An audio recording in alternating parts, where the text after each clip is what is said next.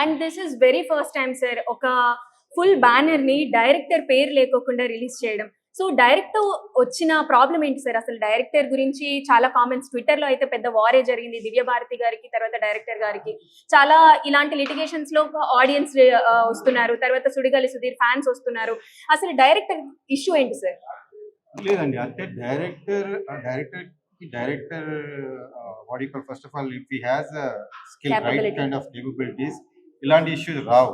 Basically ఆయన issues ఎందుకు వచ్చాయంటే బికాస్ ఈజ్ హార్డ్లీ ఇంతకుముందు కూడా ఆయన 2 సినిమాల నుంచి ఆయన తీసేశారు మీరు కనుక్కుంటే. సో నాకు తెలిసే వరకు 37% సినిమా అయిపోయింది ఆయన కేపబిలిటీ. ఎందుకంటే ఫస్ట్ డిఓపి తప్పుకున్నాడు, ఆయన టార్చర్ అవుతుంది ఆయనతో సినిమా మేకింగ్ రాదని.